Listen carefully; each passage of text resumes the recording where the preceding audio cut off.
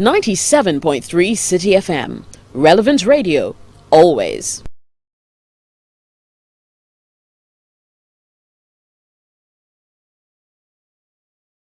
You became MP. What did you do for the constituency? That's what I mean. The electricity that you are sitting under came, and I've told you, connecting Ningo and Pram. Let's take it one. Let's take it one at a time. Okay, let's start. Yes. Electricity. When I set foot, I've told you already that we are 187 towns and villages, human settlements in Igbo Pram area. When I came here, it was only in Pram proper, where we're sitting now, where there was limited electricity. What do I mean by that? This morning, there was a factory over there, and some of the elders who had money connected a few poles and connected electricity to their homes. You couldn't count 10 houses in Pram with electricity. And then you go to Old Mingo, you have WG Nate and Co. Bought few poles. You couldn't count 10. That was all. And then I started touring. First, I said, let me tour the constituency. Because if you're sitting out there, you think you go Pram is Pram proper, new Ningo, Old Ningo. I saw the length and breadth, I told the length and breadth of this place. And rural electrification was the order of the day. And so you fell into it. It wasn't exclusive to you. It was a national policy by the government then. You are a funny character. When there is water to be fetched, if you don't go there, it's there to be fetched. And you don't go and fetch your portion. Will you have it? Even when manna was falling, people had to wake up early in the morning to go and collect their portion. But someone listen to me. Someone sent you the manna and you listen to me. Somebody said something anyway. If you want to be mischievous, I will be as well. I don't like people. Look. If you want to talk to me, I don't want to talk to you. You want to talk to me. Listen to me. Listen. I'm not being mischievous, honorable. We're having an interview. You are being mischievous. We are having an interview. You are talking to someone who is more experienced than you are. Yes, but I'm asking you the questions. And then your questions must be decorous in the questions that you ask. I am being as a gentleman as I can, and I'm asking you the questions. And I'm telling you as a gentleman that you are not being decorous. Please answer the questions. You are not being decorous. Accept it. Then we'll go ahead. Please answer. You didn't allow me to answer the question. You were just interjecting and being mischievous. I needed to clarify the issues. What issues are you clarifying? That, somebody, there was somebody here before I came. Didn't that somebody also wait for the manna to fall into his mouth?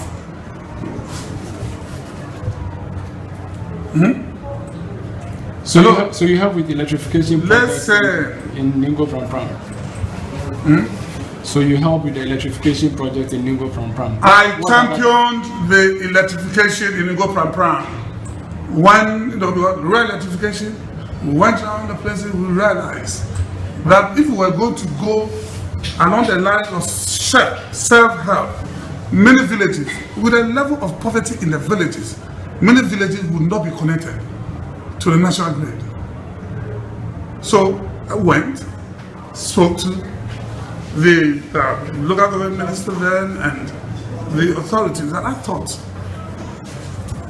that if we want to make an impact in our quest for electrification, we will have to get part of the common fund to help buy the low tension poles for the people and then roll it out. And the people in the village, if you don't go to them, you don't even know what they have and what they needed. So I championed it up to today. As I speak to you today, we are left with only 15 out of the 187 to be connected to the grid. And you can go and check from the ministry the efforts that one has to make. Even the 4 that were the 15 and the 4, I had to go out there, pick the engineers, take them around to do directly. And I do this happily. These remaining 15 constituencies, do you have a timeline by which you would be perhaps getting electricity to them as well? It is work in progress. When about 6 weeks ago, the people have been worried, so I took some of them to know what it is. We went to the ministry, then we went to the various towns, did a survey, and we have done all the calculations, and the minister has given approval. Now they're waiting for resources to roll out 5 out of the 15. So now, education. okay. Let's come on to education. Almost all the schools, especially in the Nigo area. You go to schools and the children, when your child is being enrolled, they are the ones who are witnesses. So what I'm talking about, when your child has been enrolled, you will have to think about providing chairs, stools for them.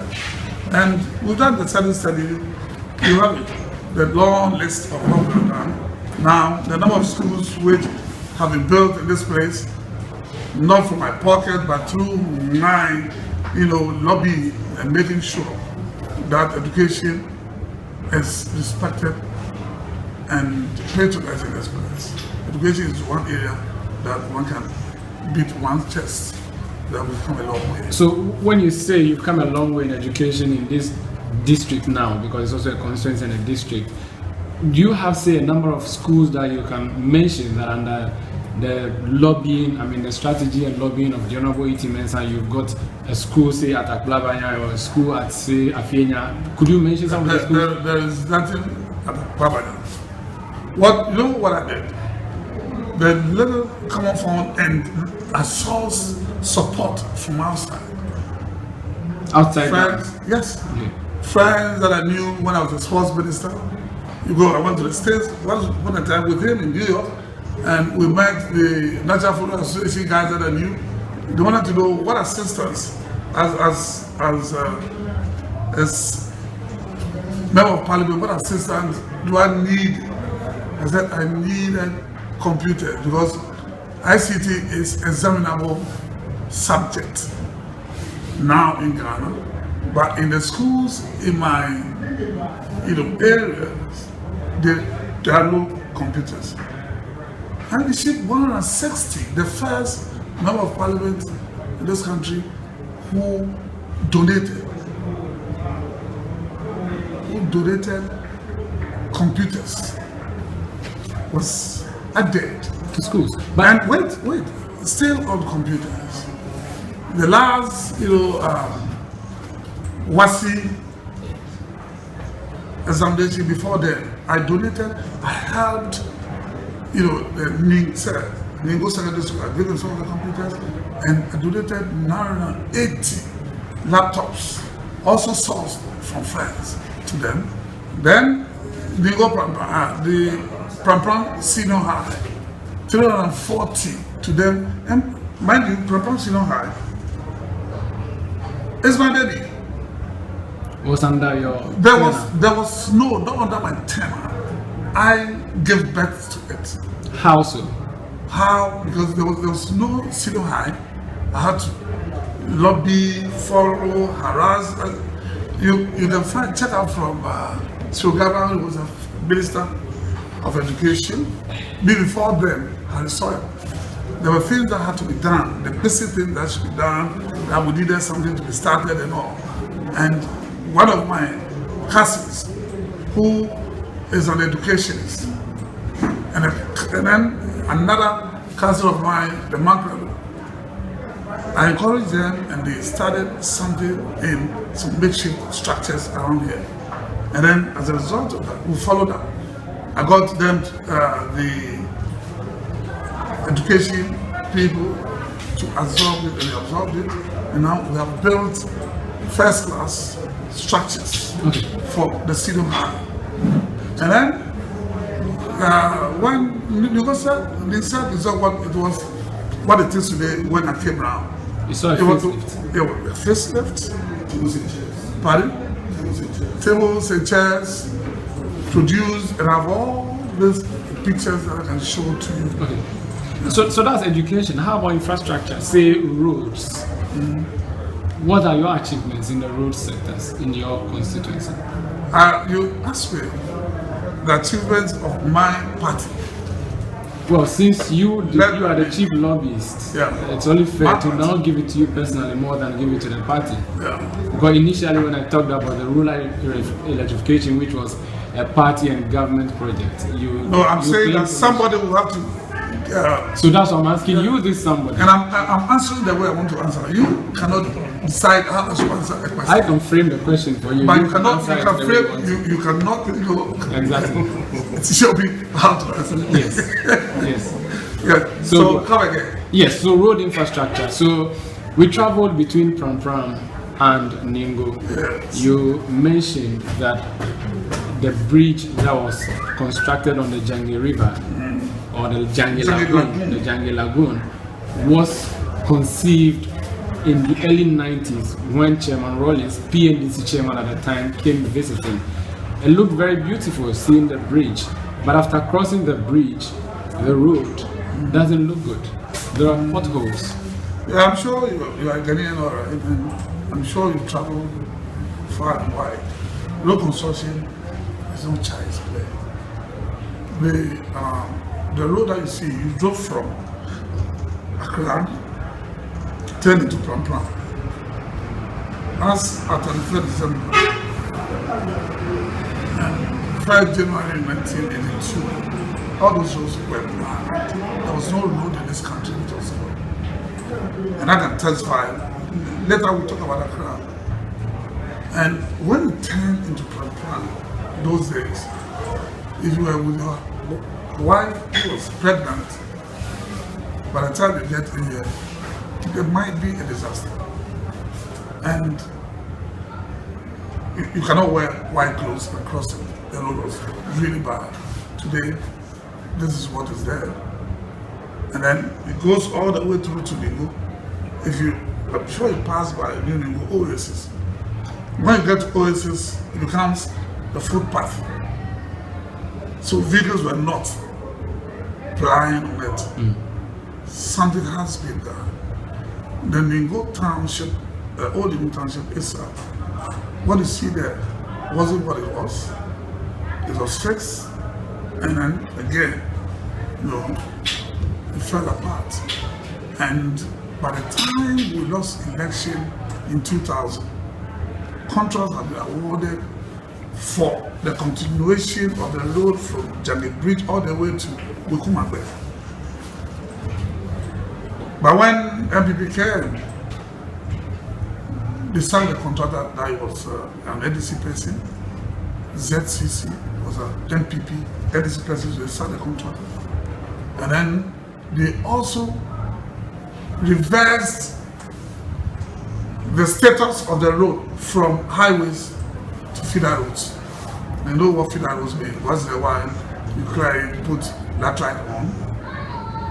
That was the situation. It was NDC which changed it from feeder roads to highways. So when it becomes feeder, you're in trouble. So back and forth, nothing was happening until we won again. Prof won again in 2008 and took office in 2009. 6 years ago. Yeah, 2009, and so down the line, some contracts, they had to go through the process. And one thing that you should know, you cannot terminate road contracts like you can terminate, like your appointment can be terminated tomorrow by your boss. And you look at the conditions are not that stringent. But when it comes to road contracts, you are not careful, and that is why we have all the judgment debts. There was a judgment debt on the termination of the contract of the bridge, Fawa, and millions of Ghana cedis have been paid as a result. So it took a while for the contract to be, terminated, and it took another 2 years to package it. It's been packaged. There's a contractor on it today, Megida, construction is on it today, and the work in progress. Yeah, we've seen some earth moving equipment on the road. Megida construction, that's what they're called. Yeah. But you speak to, and we did speak to taxi drivers at Amiens, and they are complaining that there are shocks. The shocks under the vehicles. They have to replace them almost every 2 weeks because of poor roads in other parts of the constituency. 20 years, you have one stretch between Jange River or Jange Lagoon to New Ningo, and people are complaining. You don't think it is too long a time? You've served in government between 1991 all the way to 2000. You've served for the past 6 years as government. A simple stretch of road. You're speaking about theories that have to do with awarding contracts. The taxi drivers are lamenting. You are a funny character. Theorizing, I'm teaching you what you should know. There is no member of parliament anywhere who has budget to consult lobby. You have a common fund that you're giving. No, again, You have a share of the common fund that you're giving. What common fund are you talking about? The district common fund. You are the people who are confusing people everywhere. Do you know when, again, theory will teach you what common fund means. You have the MP's common fund. Besides, when you members of parliament go to campaign, you tell the people that you would construct for them A, B, or C. Probably, if you knew you don't have probably, for that, probably you wouldn't have campaigned. Probably it's your brother who went to campaign and said those things. There is no member of parliament, me, with my head well screwed on, I will never, I have never and will never, and no member of parliament, whether in MPP or NDC, I know them, goes out there to promise that they're going to fix roads. The babies who wants to, also run, they're the ones who think that there's some money sitting somewhere, that when they come, they can fix their roads. So take note from today, that, listen, every party goes into election with manifesto. And when you go to campaign, you campaign on the manifesto of your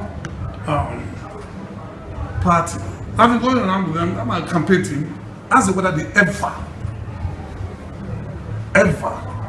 heard me making promises which cannot be fulfilled. That is number one. Let me take it back to the common fund. You people, you must have the nation. Yesterday, you were with us? Somebody asked a question. An educated, supposedly educated person, that members of parliament, is it true that members of parliament, every year when they are going on recess, are giving coupons to recruit policemen, and then they go and sell the coupons outside the country? I said, you are the guys who are creating confusion out there. Do you know how Common Fund came to be introduced? It was introduced in 1997. Those who went to Parliament in 1992, there was no MP share of any Common Fund.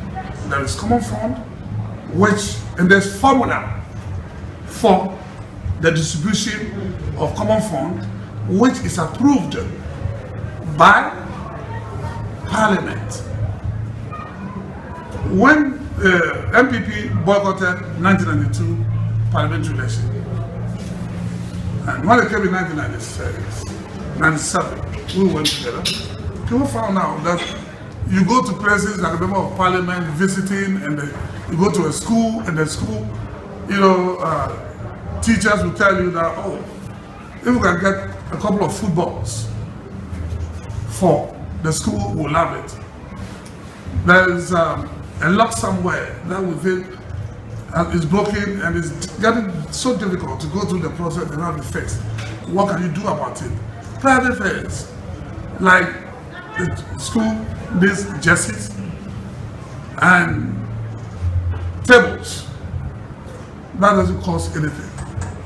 You can then decide that you want to do something about it. I did a lot of that because I concentrated my common fund on it because it's nothing.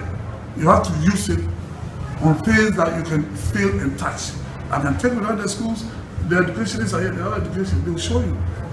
What I did with that, I've got the school to write to me, making a request And that is what is done. All members of parliament, that's what is done. So you were given Wait, let me finish. So you were given a common fund after. Oh, come on, this boy, you are being too naughty. Let me finish answering the question. No, just don't put words into my mouth. Common fund are not handed over to members of parliament and they put in their drawers. Listen, that's what you're saying. I didn't say that. You said it. That's the way I understood it.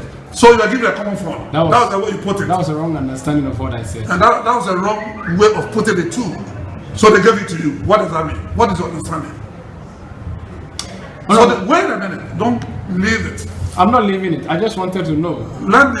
Taxi drivers. I'm not going back to that. Let me finish with what I'm doing. You cannot determine how I answer the questions. You don't know me. That's why you're behaving the way you're behaving.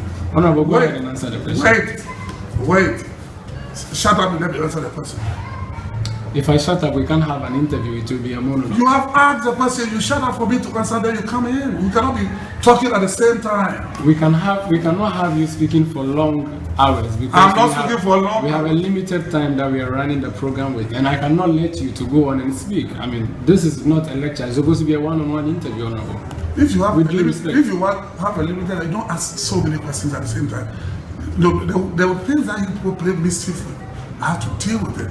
The common fund, when it's approved, is sent to the district assembly. The money is sent to the district assembly and put in the district assembly's account. So when you, for instance, are the one that I'm buying the debt from, I have to produce invoices.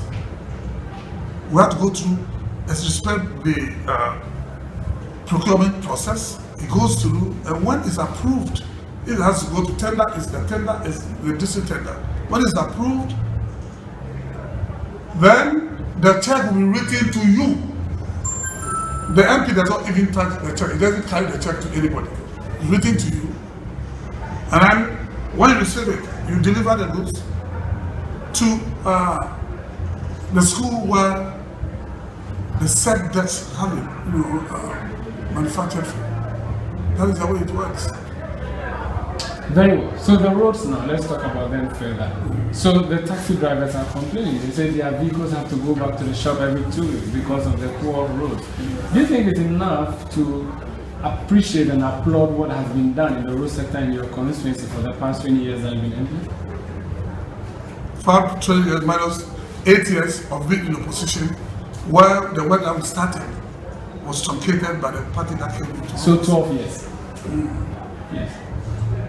Yeah. So what is your beef? You are satisfied with the state of roads in your constituency? How can anybody be satisfied with something which is work in progress? How can anybody really be satisfied? I mean, people, the roads are bad, and we know. So it's not only in this constituency that you have bad roads anyway. And there's nobody who can come and use his money to construct any road. We speak to people in Ningo, and their concern is that the Honorable Mensah is from Pram, so he deliberately left them to their fate. Their roads have not been constructed. The contractor is still on the road, and nothing is happening. But the roads in Pram look very good. In fact, they're even planning to put asphalt on it, according to them. What is happening to roads in Ningo? Are you deliberately neglecting the people of Ningo as they're thinking? What do you think? My thoughts don't matter. Yes. They don't. Because you're out there to touch on the negatives. I mean, these are things that I know, that I hear all the time. Oh, you do hear that? I'm not deaf. How do you respond to these claims or views from your constituents?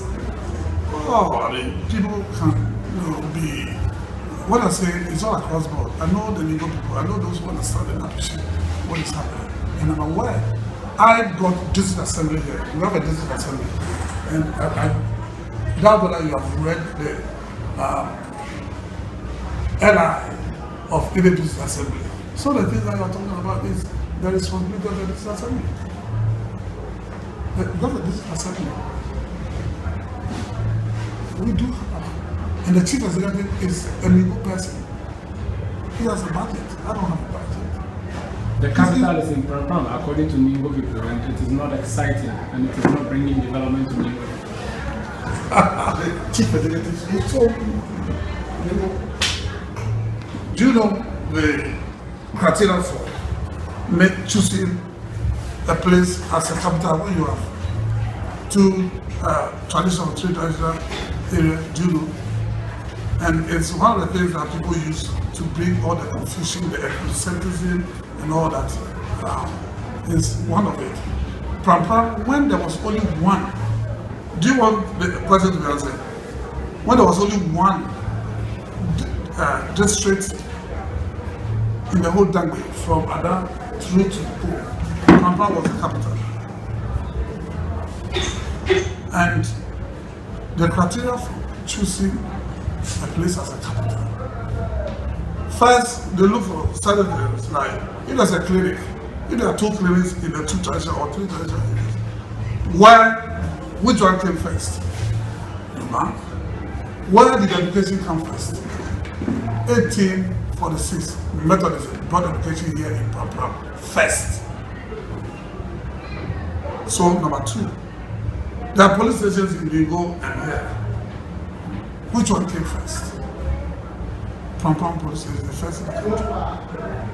The choice of Prampa was based on merit.